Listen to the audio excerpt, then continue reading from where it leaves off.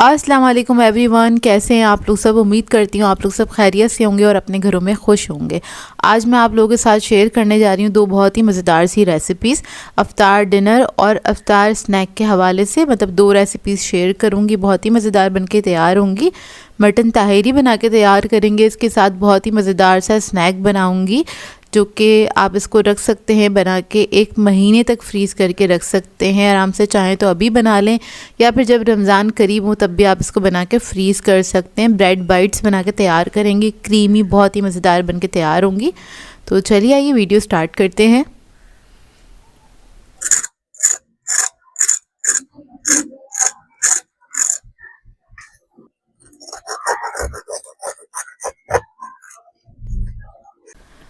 तो सबसे पहले हम फिलिंग बनाएंगे स्नैक की। तो यहाँ पर मैंने एक पैन ले लिया है, इसके अंदर हम ऐड कर देंगे ऑयल। तकरीबन 2 टेबलस्पून के बराबर आपने ऑयल ऐड कर देना है। इसको थोड़ा सा गर्म होने देंगे और इसके बाद इसके अंदर मैं ऐड करूँगी गाजर, 3 टेबलस्पून के बराबर बारीक कटी हुई आपने ऐड करनी है। शिमला मिर्च ऐड करेंगे 3 टेबलस्पून के बराबर। सब्जियाँ इसमें बहुत थोड़ी थोड़ी सी जाएंगी और थोड़े थोड़े से इंग्रेडिएंट्स के साथ ही ना ये काफ़ी अच्छी क्वांटिटी में बन के तैयार हो जाता है। और इसके अंदर ऐड कर देंगे बंद गोभी 3 to 4 टेबलस्पून के बराबर। ये तीनों चीज़ें बहुत बारीक मैंने काट ली थी और बहुत थोड़ा थोड़ा सा ही ऐड किया है। अब इन सब्जियों को आपने अच्छे से फ्राई कर लेना है, बस इसका कलर हल्का सा चेंज हो जाए जब तक फ्राई करेंगे, चंद सेकंड तक इसका क्रंच बरकरार रहना चाहिए। फिर इसमें मसाले ऐड करेंगे तो कुटी हुई लाल मिर्चें ऐड करूँगी 2 टीस्पून के बराबर। हाफ़ टीस्पून ऐड करेंगे इसमें काली मिर्चों का पाउडर। नमक ऐड करेंगे 1 टीस्पून। चिकन पाउडर ऐड करेंगे 1 टीस्पून। गार्लिक पाउडर ऐड करेंगे इसमें 1 टीस्पून। लहसुन का पाउडर ऐड किया। अगर आप लोग पाउडर नहीं ऐड करना चाहते हैं तो आप लोग पिसा हुआ लहसुन भी ऐड कर सकते हैं। उसको फ्राई कर लीजिएगा वेजिटेबल्स के साथ। मसालों को अच्छी तरीके से फ्राई करेंगे। फिर इसके अंदर ऐड करेंगे हम मैदा 1.5 टेबलस्पून के बराबर।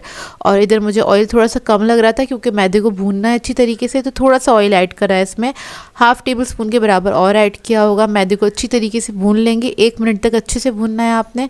फिर उसके बाद इसमें हम दूध ऐड करेंगे। अच्छा, इसके अंदर दूध मैंने ऐड किया था 1 कप के बराबर टोटल गया था, लेकिन अभी मैंने सिर्फ आधे कप ऐड किया है। बाकी दूध में थोड़ा थोड़ा करके ऐड करूँगी, आगे आपको दिखाती रहती हूँ। आधा कप दूध ऐड करने के बाद आपने इसको मीडियम फ्लेम पर पका लेना जब तक कि थिक नहीं हो जाता। और जैसे ही थोड़ा सा थिक हो जाएगा तो थोड़ा सा दूध इसमें और ऐड कर देंगे, यानी कि 1/4 कप के बराबर अभी मैंने दूध ऐड किया है क्योंकि इसके अंदर बाकी के इंग्रेडिएंट्स जाएंगे। तो इसके अंदर मैंने ऐड किए हैं ऑलिव्स, ब्लैक ऑलिव्स ऐड करे हैं 3 to 4 टेबलस्पून के बराबर। इधर मेरे पास चिकन है, बॉईल करके इसको मैंने श्रेड कर लिया था। या आपने 1 कप के बराबर श्रेडेड चिकन ऐड कर देना है, बॉईल हुआ हुआ। ज़्यादा था तो थोड़ा सा मैंने बचा लिया है, तो बस 1 कप ही इसके अंदर आपने ऐड करना है। इसको मिक्स कर लेंगे अच्छी तरीके से। इसको मिक्स करने के बाद इसके अंदर मैं ऐड करूँगी चीज़। अच्छा, चीज़ आपकी अपनी मर्ज़ी है, आप लोग श्रेडेड भी ऐड कर सकते हैं या फिर आप लोग स्लाइस चीज़ भी ऐड कर सकते हैं। स्लाइस चीज़ ना हो तो क्यूब भी ऐड कर सकते हैं चीज़ का, या आपकी अपनी चॉइस है। इससे थोड़ा सा अच्छा सा रिच फ्लेवर आ जाता है। चीज़ भी आप अपनी मर्ज़ी के मुताबिक ऐड कर सकते हैं, कम या ज़्यादा। मैंने तकरीबन ऐड किया था, आधा कप से थोड़ा सा ज़्यादा ऐड किया है। और पिज़्ज़ा चीज़ का इस्तेमाल किया है मैंने। आप लोग कोई भी चीज़ इसमें ऐड कर सकते हैं। बेसिकली इसके अंदर आपने चीज़ ऐड करना है, इसका जो फ्लेवर है वो थोड़ा सा एनहांस हो जाएगा, थोड़ा क्रीमी बन के तैयार होंगे। अब जो बाकी का दूध था वो भी मैंने इसके अंदर ऐड कर दिया क्योंकि इसमें हमने और इंग्रेडिएंट्स ऐड करे, तो ये मिक्सचर थोड़ा सा ड्राई हो रहा था। बेसिकली ये मिक्सचर थोड़ा सा लूज़ होना चाहिए, बहुत ज़्यादा ड्राई नहीं रखना है, नहीं तो ब्रेड पे जब हम इसको अप्लाई करेंगे ना, ब्रेड के ऊपर लगाएंगे तो ये अच्छे से होगा नहीं अप्लाई ना। अब देखिए इसको मैंने मिक्स करा है दूध ऐड करके और ये मज़ेदार सी फिलिंग हमारी रेडी हो गई है। इसको अब मैं रख दूँगी थोड़ी देर ठंडा करने के लिए ताकि इसमें से एक स्टीम निकल जाए। उसके बाद बाकी का प्रोसेस करेंगे हम। तो फिलिंग जो थी हमारी ठंडी हो गई थी, तो अब क्या करेंगे, इसके लिए मैंने लिए हैं बड़ी वाली जो ब्रेड होती है उसके स्लाइस लिए हैं। आप लोग चाहें तो मीडियम साइज़ की जो ब्रेड होती है उसके साथ भी इसको बना सकते हैं, काफ़ी सारे बन के तैयार होते हैं। अब आपने ये मिक्सचर रखना है स्लाइस के ऊपर, इसको आपने इवनली फैला देना है। अच्छी क्वांटिटी में रखेंगे क्योंकि ये फिलिंग हम कर रहे हैं इसके अंदर ना। उसके बाद क्या करेंगे, दूसरे स्लाइस से कवर करेंगे और बीच में से इसको हमने कट कर लेना है। 4 हिस्सों में इसको डिवाइड कर देंगे। तो एक स्लाइस में से, यानी कि एक पूरा जो सैंडविच बनता है उसमें से 4 ये ब्रेड बाइट्स बन के तैयार होंगे। ब्रेड बाइट्स इसलिए कहते हैं क्योंकि ये छोटे से साइज़ की बनती हैं। अब इसकी कोटिंग के लिए मैंने 2 अदद अंडे लिए हैं। इसके अंदर आधा टीस्पून के बराबर काली मिर्चें ऐड करी हैं। नमक ऐड किया 1/2 teaspoon. Chicken powder half tea spoon, आधा कप पानी ऐड करके इसको मैंने मिक्स किया है। अब इसके अंदर मैं मैदा ऐड करूँगी थोड़ा थोड़ा सा करके। तकरीबन मैंने पौना कप के बराबर मैदा ऐड किया था और थोड़ा थोड़ा सा पानी ऐड करा था। इसके अंदर अच्छे से मिक्स करेंगे, कोई लम्प नहीं रहना चाहिए। ये इसकी स्लरी बन के तैयार हो जाएगी, ताकि इसके ऊपर जब हम ब्रेड क्रम्स लगाएंगे तो वो अच्छी तरीके से सिक्योर हो जाएगा। आप लोग चाहें तो खाली अंडा भी ले सकते हैं। यहाँ पर मैंने ब्रेड क्रम्स ले लिए येलो वाले। सब लोग पूछते हैं आप ब्रेड क्रम्स कहाँ से लेती हैं, तो ब्रेड क्रम्स मैं लेती हूँ मार्केट से। जो भी सुपर स्टोर्स होते हैं सारे सुपर स्टोर्स पे अवेलेबल होते हैं। अलग अलग तरह के ब्रेड क्रम्स मिल रहे होते हैं, तो जहाँ से मुझे अच्छे लगते हैं मैं ले लेती हूँ। तो इसका मैंने पैकेट दिखा दिया, कहाँ से लिया था वो मुझे याद नहीं बिल्कुल भी। अच्छा, बस आपने क्या करना है, ब्रेड को आपने डिप करना है, ज़्यादा देर के लिए नहीं डिप कीजिएगा। और आपने उसके बाद ब्रेड क्रम्स लगाने, अच्छी तरीके से कोटिंग करेंगे इसकी, और ये हमारे जो ब्रेड बाइट्स हैं वो सिक्योर हो जाएंगे कुछ इस तरह से। तो सबको मैं कोट करके रख लूँगी। तो देखिए कितने सारे बन के तैयार हो गए हैं, और बाकी के जो प्लेट में है वो मैं आपको फ्राई करके दिखा दूंगी इसका फाइनल लुक।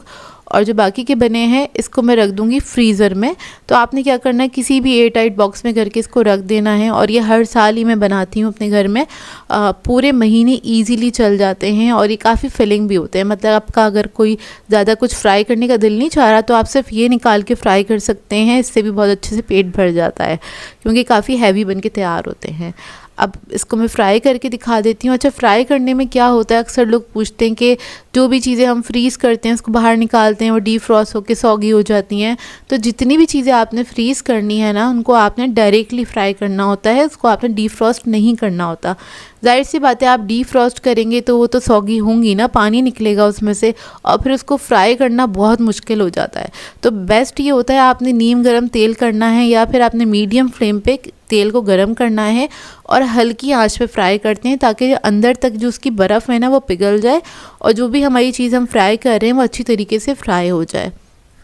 तो जितनी भी चीज़ें होती हैं उनको फ्राई करने का तरीक़ेकार यही है, जो भी फ्रोज़न की हुई चीज़ें होती हैं ना। तो देखिए बातों ही बातों में अच्छी तरीके से फ्राई हो गए हैं। अब इसको हम निकाल लेंगे, निकाल के सर्व करेंगे। बहुत ही बेहतरीन ये रेसिपी, ज़रूर ट्राई कीजिएगा।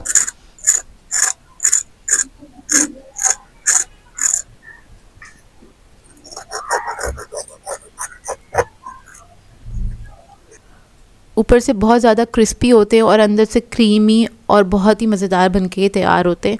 आपने इस रेसिपी को ज़रूर ट्राई करना है, बच्चे बड़े सभी इसको एंजॉय करेंगे। एक तो ये बनती बहुत मज़ेदार है, और इसकी जो फ्लेवर्स हैं ना बहुत ही बैलेंस फ्लेवर हैं।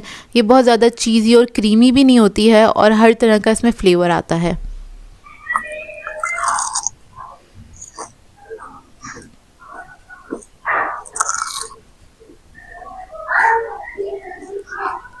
दिखने में जितने मज़ेदार लग रहे हैं, खाने में उससे ज़्यादा मज़ेदार थे। आई होप आपको ये रेसिपी अच्छी लगी हो। अब आ जाते हैं अपनी दूसरी रेसिपी की तरफ। हम बनाएंगे मटन ताहिरी।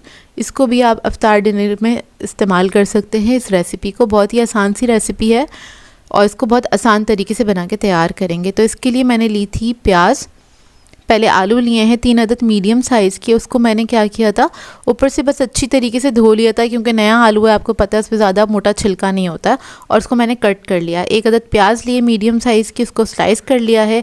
मटन है हमारे पास 300 ग्राम्स के बराबर। टमाटर लिया है एक मीडियम साइज़ का, इसको स्लाइस कर लिया है। और इसके अलावा हमारे पास हरी मिर्चें हैं 4 से 5 अदद, और कुछ बेसिक मसालों का इस्तेमाल करेंगे। अब रेसिपी स्टार्ट करते हैं। तो यहाँ पर मैंने कढ़ाई ले ली है, इसके अंदर मैं ऐड कर दूँगी ऑयल, तकरीबन आधा कप के बराबर। ऑयल आप लोग अपनी रिक्वायरमेंट के हिसाब से ऐड कर सकते हैं। मैं थोड़ी क्वांटिटी में बना रही हूँ, इसलिए मैंने आधा कप से थोड़ा सा कम ऐड किया है। अब यहाँ पर मैंने क्या किया है, प्याज ऐड कर दिए, इसको फ्राई करेंगे। प्याज का हल्का हल्का सा कलर चेंज होने तक आपने इसको फ्राई करना है। जब थोड़ा थोड़ा सा ब्राउन कलर आने लगेगा, फिर इसके अंदर हम सूखे गरम मसाले ऐड करेंगे। तो काली मिर्चें ऐड करी है मैंने इसके अंदर, 1 अदद मैंने ऐड करी है काली इलायची, बादियन का एक फूल ऐड करा है, 4 से 5 अदद लौंगे ऐड करी हैं। ज़ीरा ऐड करेंगे 2 टीस्पून के बराबर। काली मिर्चें मैंने 4 से 5 ही अदद ऐड करी थी। नमक ऐड करेंगे इसमें 1.5 टीस्पून। लाल मिर्चों का पाउडर ऐड कर देंगे 1 टीस्पून के बराबर भर के।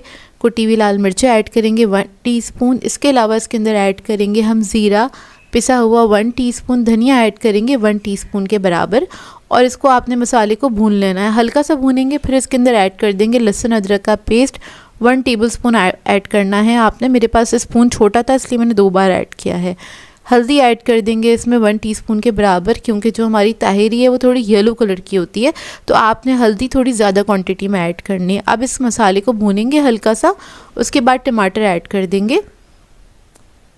टमाटर ऐड करने के बाद इसको मिक्स करेंगे, 1 मिनट तक पकने दूंगी। टमाटर बस थोड़ा सा सॉफ्ट होना स्टार्ट हो जाए, फिर इसके अंदर हम गोश्त ऐड कर देंगे। तो यहाँ पर मेरे पास ये फ्रोज़न गोश्त है, तो मैंने यही ऐड कर दिया है।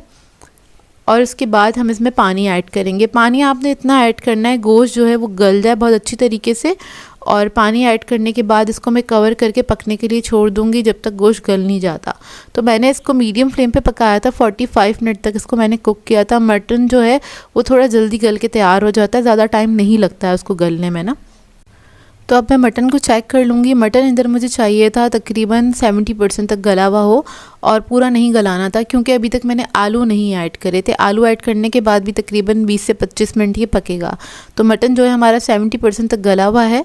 अब इसके अंदर मैं आलू ऐड कर दूंगी। आलू मैंने बड़े पीसेस में कट किए थे, सिर्फ 3 अदद आलू लिए थे। इसी स्टेज पे हम हरी मिर्चें भी ऐड कर देंगे, और स्पाइस लेवल आप लोग अपनी मर्ज़ी के मुताबिक रख सकते हैं, कम या ज़्यादा जैसे आपको पसंद हो। यहाँ पर मैं थोड़ी सी स्पाइसी बना रही थी। अब इसको मैं कवर करूँगी। दोबारा से मैंने इसको पकने के लिए छोड़ दिया था 20 से 25 मिनट के लिए। इधर हम देख लेंगे तकरीबन 25 मिनट हो गए थे इसको पकते हुए। आलू जो है मेरे गल गए थे।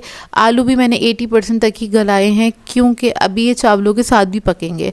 तो इन टाइमिंग्स का भी थोड़ा ख्याल रखना होता है आपने, कि अभी चावल भी ऐड होगा तो गोश्त भी पकेगा, अभी आलू जो डाले हैं वो भी पकेगा, तो उसको भी टाइम लगेगा। ओवर टाइम हो जाएगा तो बोटियाँ भी गल के टूटना स्टार्ट हो जाएंगी, आलू भी मैशी सा हो जाएगा।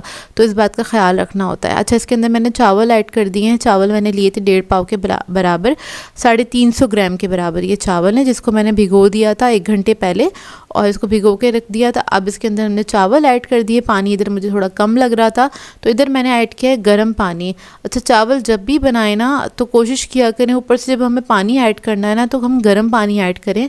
तो होता क्या है, चावल थोड़ा जल्दी पक के तैयार होते हैं, बेसिकली बहुत ज़्यादा टाइम नहीं लगता है। यहाँ पर इसको तकरीबन 10 मिनट हो गए थे हाई फ्लेम पे पकते हुए। तो 10 मिनट मैंने इसको हाई फ्लेम पे पकाया था। चेक करा 10 मिनट बाद तो इसमें पानी अच्छा खासा था, तो मैंने इसको थोड़ी सी मीडियम फ्लेम कर दी थी। ये ना एक तरह की ट्रिक है, जिनको जो नया पकाने वाले हैं, जिन्हें चावल पकाने में मिस्टेक होती है, तो आपने 10 मिनट इसको हाई फ्लेम पे पकाना है, फिर 10 मिनट इसको कुक करेगा आपने मीडियम फ्लेम पे कुक करना है। मीडियम फ्लेम पे 10 मिनट कुक करेंगे, फिर आके आपने चावलों को चेक करना है।